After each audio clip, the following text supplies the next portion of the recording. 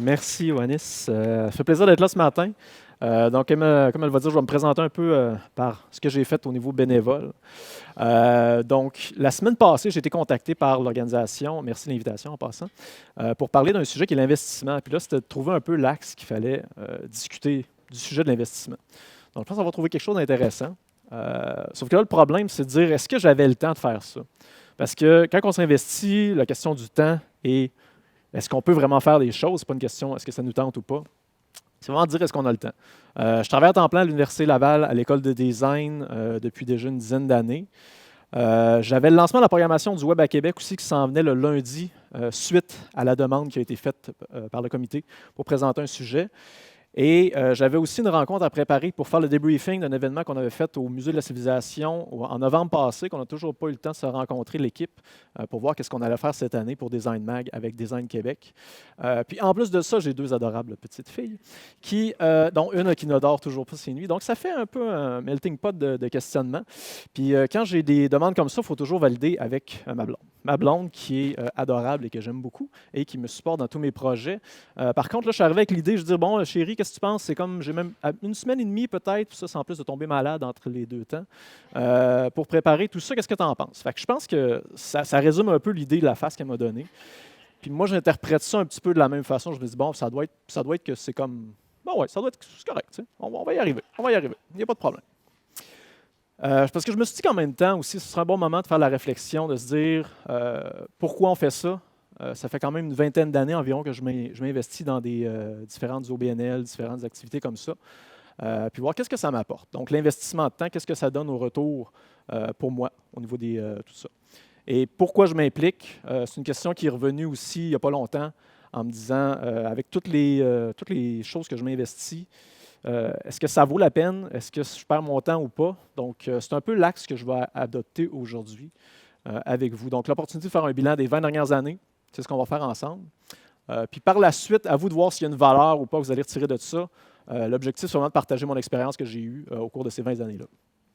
Donc, à travers les projets, entre autres, c'est des projets que j'ai Québec B-Boys, Hit the Floor, Muséomix, Academos, Web à Québec, Blockchain Hub Québec et Design Québec. Donc, c'est entre autres ces genres de choses que je m'investis, que je vais parler rapidement, en effet, parce que j'ai juste 20 minutes. OK? Donc, on va passer entre quelques projets aujourd'hui. Deux projets principaux. Donc, je vais parler du Québec B-Boys, qui est un organisme non lucratif qu'on avait créé pour le breakdance dans la province de Québec, et le Web à Québec aussi. Après ça, je vais vous revenir avec des apprentissages que j'ai eus, moi, avec cet investissement de temps-là, de se dire, bon, qu'est-ce que ça m'a donné? Et une petite conclusion à la fin, évidemment, pour ramener tout ça vers la fin. Donc, ça marche? J'ai 132 diapos, OK? Fait qu'on va cliquer ça, ça va y aller, mes amis. On est parti. Québec B-Boys. Donc, Québec B-Boys, c'est quoi? C'est, pour ceux qui ne le savent pas, j'ai fait du breakdance. Commencé en 99, un sport super intéressant, que je n'ai pas commencé Québec B-Boys en 99, mais amené vers la danse, ça a commencé dans ce temps-là. Mon cousin donnait des cours au studio Party Time. On s'est dit, bon, pourquoi pas, on va bouger un peu. J'aimais les arts martiaux, la musique, donc on va mixer un peu tout ça ensemble. Donc, je n'étais pas le meilleur, mais quand même, j'aimais bien ça. Donc, une question de persévérance, on va continuer, c'est le fun, on rencontre des gens.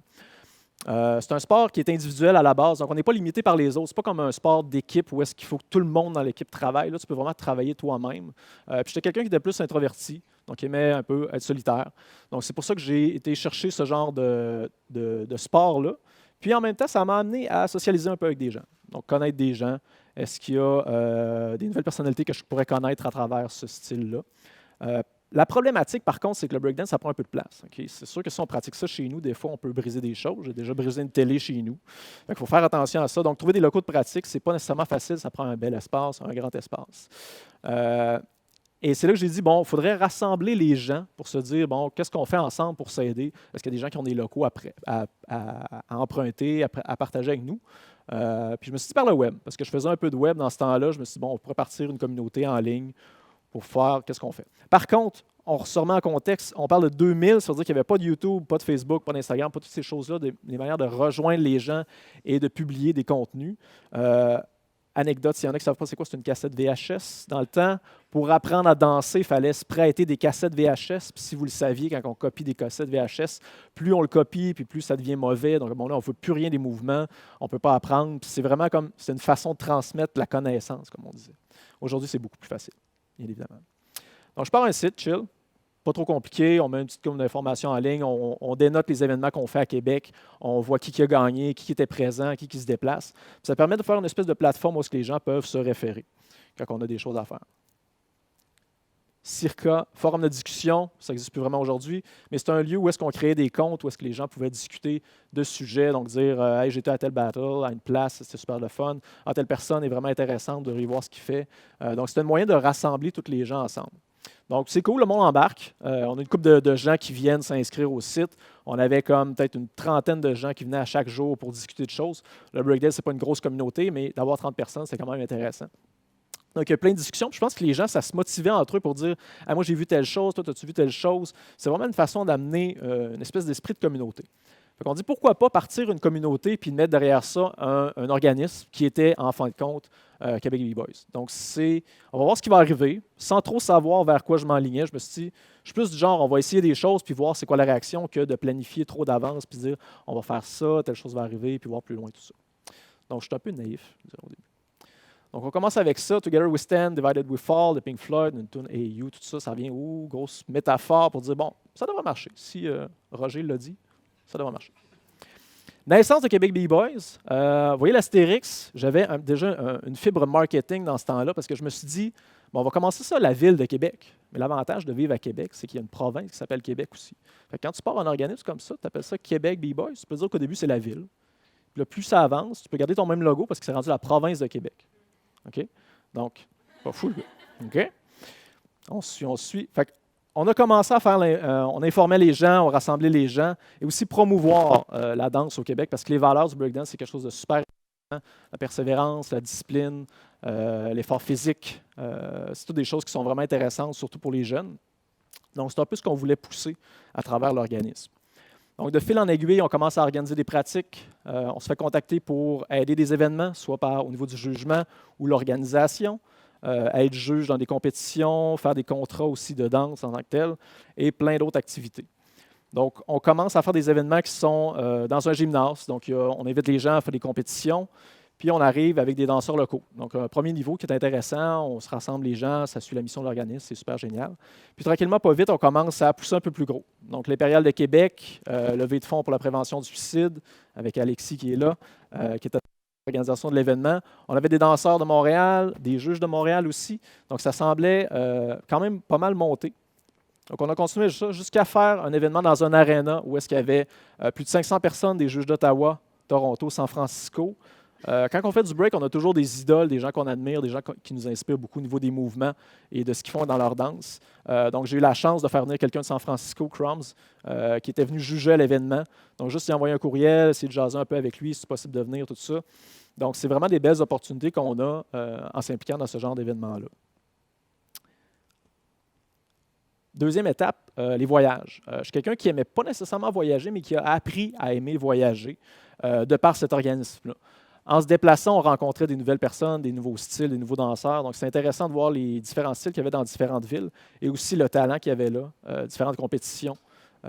Donc, ça nous a appelé à se déplacer beaucoup à Montréal, Toronto, Ottawa, Boston, New York et même jusqu'en Europe.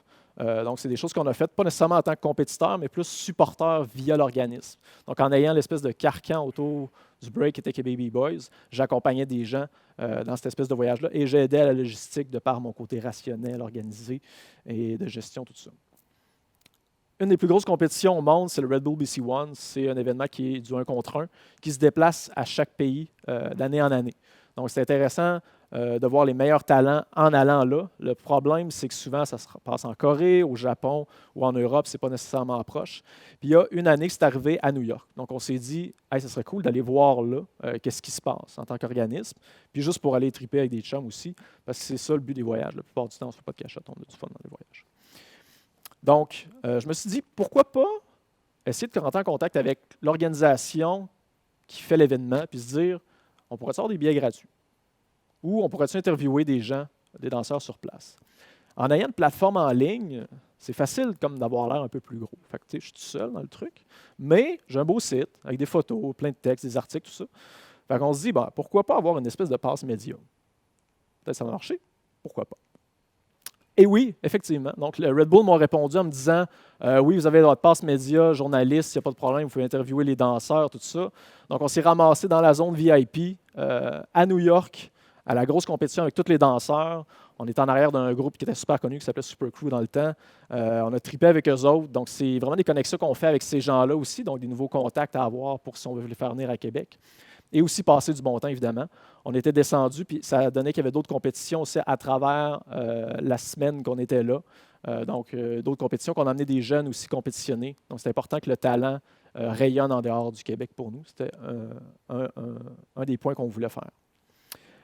C'est arrivé aussi des fois qu'on avait à recommander des gens. Comme étant, on était rendu une espèce de ressource de la province de Québec pour voir le break, c'était qui s'impliquait là-dedans. On a voulu recommander des gens pour différentes compétitions. Les gens nous contactaient, dont des gens d'Halifax qui nous ont contactés pour dire « Avez-vous un jeune talent qui serait intéressé à descendre et qui est de bon calibre pour venir faire une compétition à Halifax? » Et c'est ce qu'on a fait. Donc, on a envoyé Jonathan là-bas, qui tripe au bout. C'est une communauté qu'on ne connaissait pas là-dedans. Puis, de fil en aiguille, il m'a parlé qu'il y a un projet de camp de breakdance qui se passe au Canada, mais pas n'importe où. On parle du Yukon. Okay? Fait que là, on se rend compte que la scène est très grande. Le Canada est très grand, évidemment. Sauf que là, je ne sais pas si vous vous rendez compte, mais nous, on est là et le Yukon, c'est pas mal plus loin là-bas. Okay? Ce n'est pas une place nécessairement qu'on veut se dire « Hey, j'aimerais ça aller au Yukon juste parce que c'est cool. » C'est comme « OK, c'est une opportunité encore là de se dire « Bon, pourquoi pas y aller? » Fait qu'on envoie des jeunes, 3 jeunes la première année qui sont envoyés là-bas en camp d'été. Donc, c'est 3 jours d'atelier. Quelque chose comme 12 heures de vol facile, 2-3 connexions avec une aire Inuit, des choses comme ça. C'est pas facile de se rendre là. Et 3 jours d'atelier et des rencontres qu'on a eu lieu là-bas. Moi, je ne suis pas allé la première année. Par contre, la deuxième année, ce qui s'est passé, c'est qu'on m'a demandé de faire une présentation sur la construction de communautés. Sauf que là, ce qu'on se rend compte, c'est qu'au Yukon, les gens parlent anglais. On ne parle pas vraiment anglais à Québec, donc on se dit, OK, je pourrais peut-être faire une petite présentation, quelque chose. Mais ils ont une demi-heure, quelque chose en anglais. Je dis, ouais, OK, c'est un méchant deal. Mais bon, pourquoi pas? Fait que ce qui s'est passé, c'est que j'ai donné une présentation en anglais sur comment construire une communauté au Yukon. C'est la seule fois de ma vie que j'ai manqué un avion, évidemment. J'avais oublié ma brosse à dents à la maison, donc il fallait que je retourne chez nous. Je suis arrivé au comptoir, je n'ai pas pu prendre l'avion. Et s'en suivi une nuit à Calgary parce que j'avais manqué ma connexion et tout.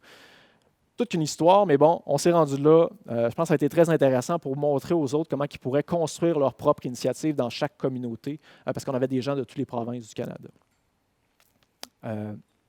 Par la suite, on a continué à avoir des demandes de contrats. Généralement, c'était des ateliers dans les centres de jeunesse. On accompagnait les jeunes, souvent en difficulté, qui voulaient trouver quelque chose à faire de leur temps, à sortir leur énergie, tout ça. Breakdance, c'est une super de belle plateforme pour faire ça. Donc, on avait souvent ce genre d'éléments-là. On engageait des danseurs pour donner des ateliers. Ils se faisaient un petit peu d'argent aussi. Tout le monde était bien content à travers ça. Sauf que des fois, on avait des choses qui étaient un petit peu plus fringe, j'appellerais. Donc, on se fait demander de faire un vidéoclip à Montréal. Bon, on contacte des gens à Montréal, on cherche des gens. Le délai, c'était comme 1 semaine et demie à peu près, comme ce que j'ai eu pour faire cette présentation-là. Sauf que là, en cours de route, il faut s'assurer que l'essence puis la danse est bien représentée. Parce que dans les années 80, le break a descendu un peu parce que les médias ont comme abusé de la vision qu'on avait. Ils habillaient le monde en flashy, ils faisaient juste tourner sur la tête. Ce n'est pas vraiment les valeurs qui sont véhiculées par ce genre d'éléments-là. Donc, nous, en tant qu'organisme, il fallait un peu discuter avec ces gens-là pour dire qu'est-ce que vous voulez? Est-ce que ça respecte les valeurs? Ça respecte le style de la danse, l'art? En précisant le concept, la personne me parle, puis là, il me dit je veux faire un vidéoclip avec des Stormtroopers. Fait que là, tu te dis, OK, est-ce que ça respecte les valeurs? Tu vas-tu bien le tourner? Je veux m'assurer que ça marche bien, puis que je te recommande des gens, puis que le résultat soit cool. Fait que là, on fait des recherches, je trouve personne, finalement. Je dis, bon, je vais amener 2 personnes de Québec, je vais y aller voir si tout est correct, pour finalement se rendre compte que 2 jours plus tard, je suis à Montréal, on tourne le vidéoclip, ça sort quand même bien. Vous pouvez aller le voir si vous voulez sur YouTube.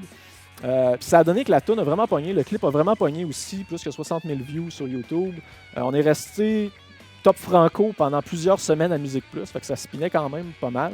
Fait que c'est une belle expérience. Puis je me rends compte que c'est ripé, ça spin. Ça spin, tu sais, c'est ça. Vous allez pouvoir le voir après, pas de problème. Fait que c'est des opportunités encore là, des choses que j'avais jamais prévues, mais qui sont arrivées de par la bande. Après ça, on arrive dans les compétitions. On se rend compte que les compétitions, souvent, les gens n'étaient pas vraiment aptes à faire des compétitions, à organiser des choses. Fait qu'on s'est dit, bon, pourquoi pas nous autres faire nos compétitions avec nos valeurs, avec un format qu'on veut et de la rigueur et de la qualité dans tout ça. Donc, on s'est dit, on va aller chercher un nouveau public parce qu'on savait que si éventuellement on va aller arriver vers quelque chose de plus grand, il fallait plus de gens pour avoir plus d'argent pour pouvoir faire des plus grosses choses et avoir plus d'impact à grande échelle. Donc, il fallait rejoindre les papas, les mamans, les amis, la famille, pas juste ceux qui faisaient la danse. Donc, on a créé Don't Break, qui veut dire un peu Don't Break, abandonne pas, danse. Concept, hein, quand même. Merci. C'est pas moi, c'est mon boss en marketing qui a trouvé le terme dans le temps, je ne prends pas le... Un sous-sol avec 30 personnes, donc on a rassemblé peut-être des jeunes visages que vous reconnaissez là-dedans. Première édition qu'on a faite. Après ça, encore là, on passe au pavillon des Jardins avec des gens qui venaient de Toronto, Supernaturals, qui est un groupe très connu là. On a donné des ateliers à Québec, on a 80 personnes. Puis là, on se dit, mais qu'est-ce qu'on pourrait faire encore plus gros? Parce que c'est jamais assez gros pour moi. Donc, on se dit, lacune de représentation canadienne. Les danseurs sont à Québec, mais ils vont peut-être à Montréal, peut-être à Toronto des fois, mais dans le monde entier, il n'y a pas vraiment de représentation. Fait que comment on pourrait se servir de ce qu'on a créé comme noyau, comme cadre, pour aider des gens à aller plus loin à l'international? Donc là, on commence à identifier une compétition internationale qui s'appelle IBE, qui est une compétition en Hollande. Okay? C'est pas rien. C'est comme un festival pendant une semaine où est-ce qu'il y a plein de danseurs qui débarquent, où est-ce qu'il y a un partage des valeurs du hip-hop, l'art en tant que tel, qui entoure la danse et le break. Pourquoi pas faire une entente avec eux? Donc, se dire, qu'est-ce qu'on pourrait faire ensemble? Parce que là-bas, il y a une compétition qui se passe, c'est, exemple, États-Unis contre France ou Corée contre Japon. Donc, il n'y avait jamais Canada qui était sorti comme pays rassembleur pour avoir tous ces danseurs-là ensemble. Donc, j'ai appelé, on a écrit des courriels à Tyron, qui est l'organisateur de ça, et on se dit, qu'est-ce qu'on pourrait faire ensemble? Puis, tout simplement, il me dit, je peux te donner 6 billets d'avion, l'hébergement, puis les accès. J'étais comme, ben oui, OK, c'est cool, ça. Fait qu'on ne s'estime pas trop avec ça. On se dit, bon, qu'est-ce qu'on va faire avec ça? 6 billets d'avion, pourquoi pas faire 6 qualifications? Donc, on est rentré en contact avec des gens d'autres provinces pour organiser des qualifications dans chaque province. Donc, les compétitions ont lieu à Vancouver, Calgary, Toronto, Montréal, Québec et Halifax, où est-ce que chaque finaliste était envoyé en Europe, plus précisément en Hollande, pour faire la compétition. Ou est-ce que cette année-là, justement, il y a un Canadien qui est arrivé premier dans une des compétitions qui avait lieu, parce qu'il y a plusieurs compétitions ce jour-là. Donc, c'est le fun d'avoir un petit impact là-dedans. Puis, par la bande, l'événement qu'on a fait, la qualification à Québec, c'était une des plus grosses qu'on avait faites à travers tout le pays. C'était au Grand Salon, 300 personnes. Encore là, un super beau vidéo recap. Beaucoup de jeunes. C'était le fun d'intégrer les jeunes dans cette initiative-là. Puis, en plus, par la bande, d'aller en Hollande, c'est le fun aussi. Fait que j'ai été en Hollande avec Jonathan. On a fait un méchant beau voyage pendant 2 semaines environ. Je pense qu'on est parti. On a fait la Grèce, l'Italie, où est-ce qu'on est allé voir d'autres compétitions de danse, qu'on a rencontré d'autres personnes pour finalement finir en Hollande. Puis se rendre compte qu'il avait fait des T-shirts avec tous les noms des gens qui étaient là. Puis on avait nos noms. Donc T-Joe, Twister, c'est mon nom d'artiste. Donc j'ai mon T-shirt avec ma badge IBE. C'est comme super cool.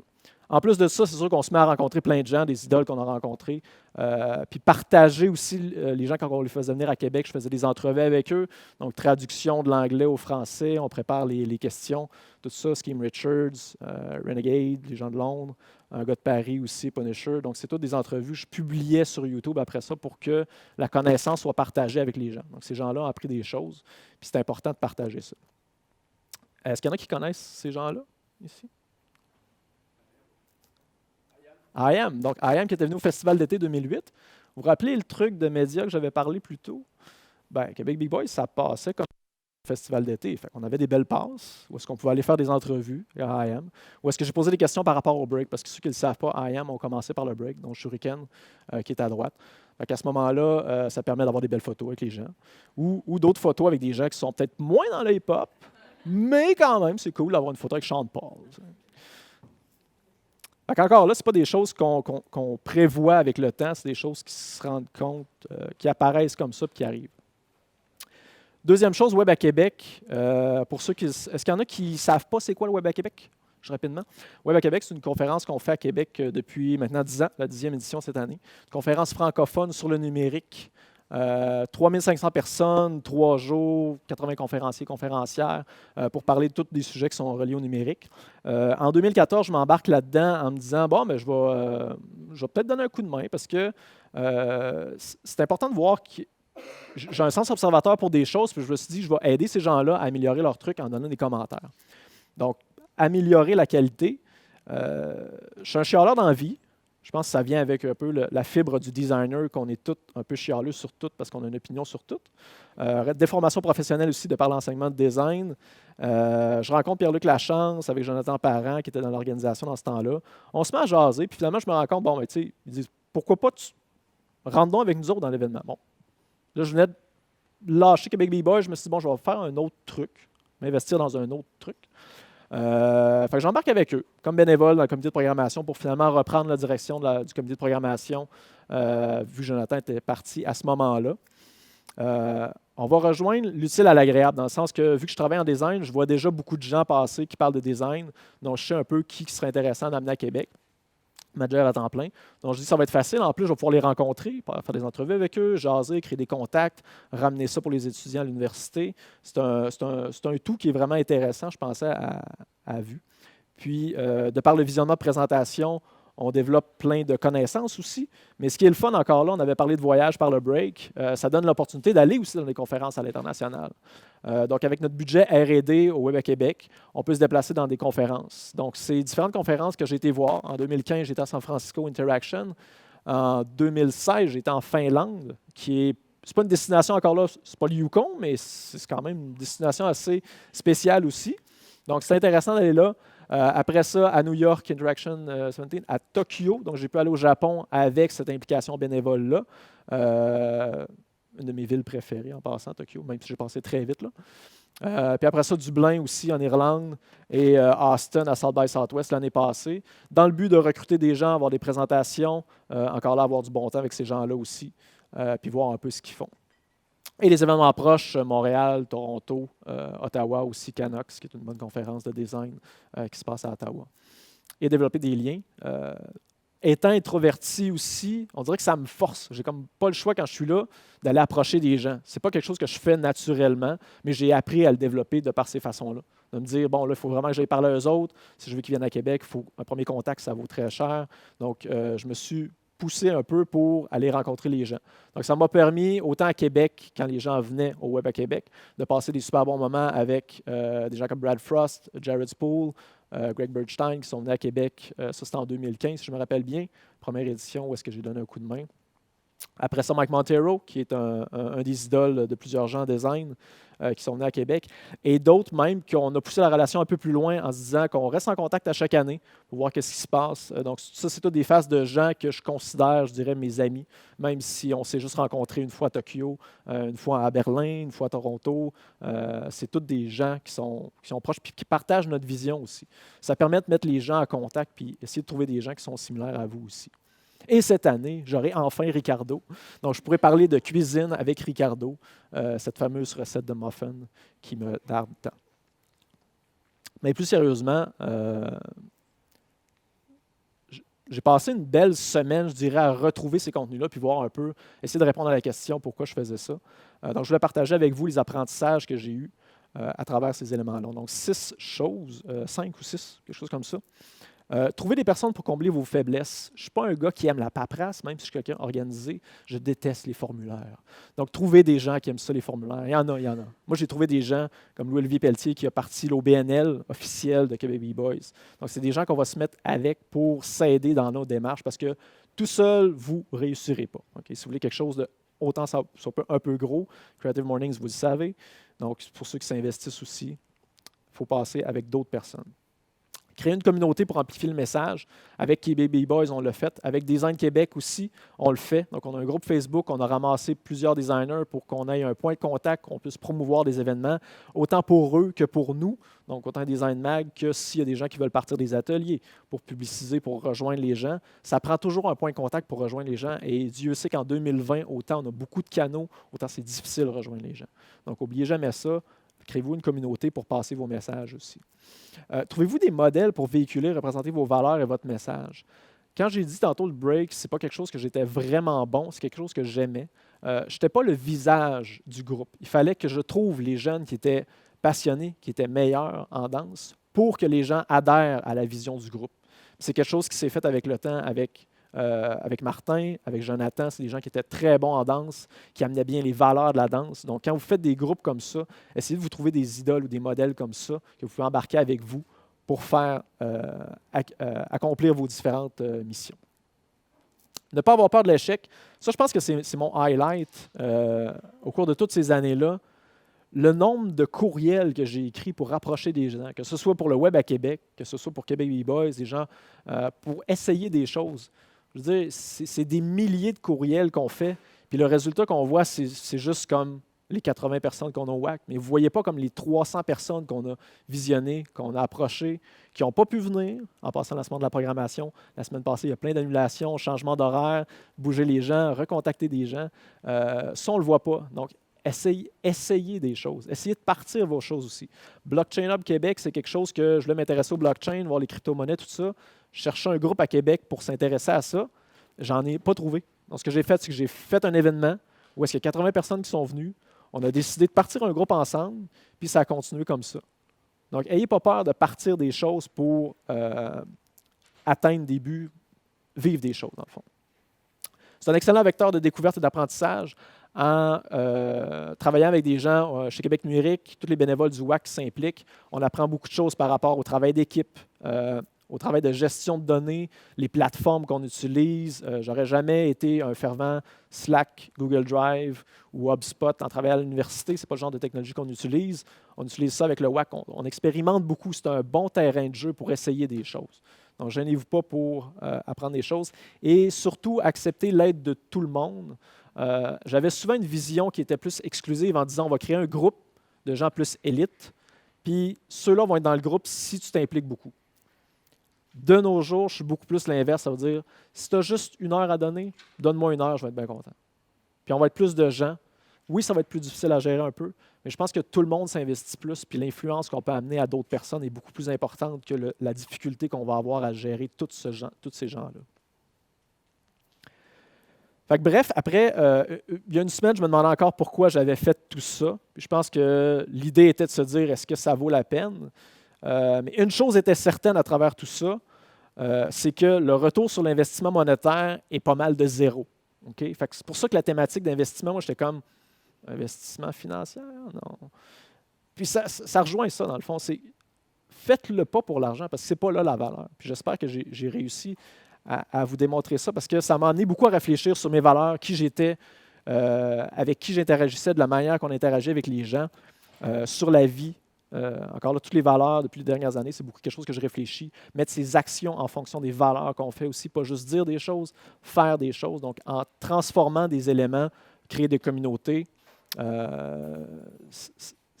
Parce que contrairement à ce qu'on nous apprend, tout ne tourne pas autour de l'argent. Puis c'est souvent ce qu'on est enseigné à l'école ou dans la vie en général. Puis c'est ce que j'ai découvert à travers ces 20 années-là, c'est de me dire que ce n'est pas une question d'argent.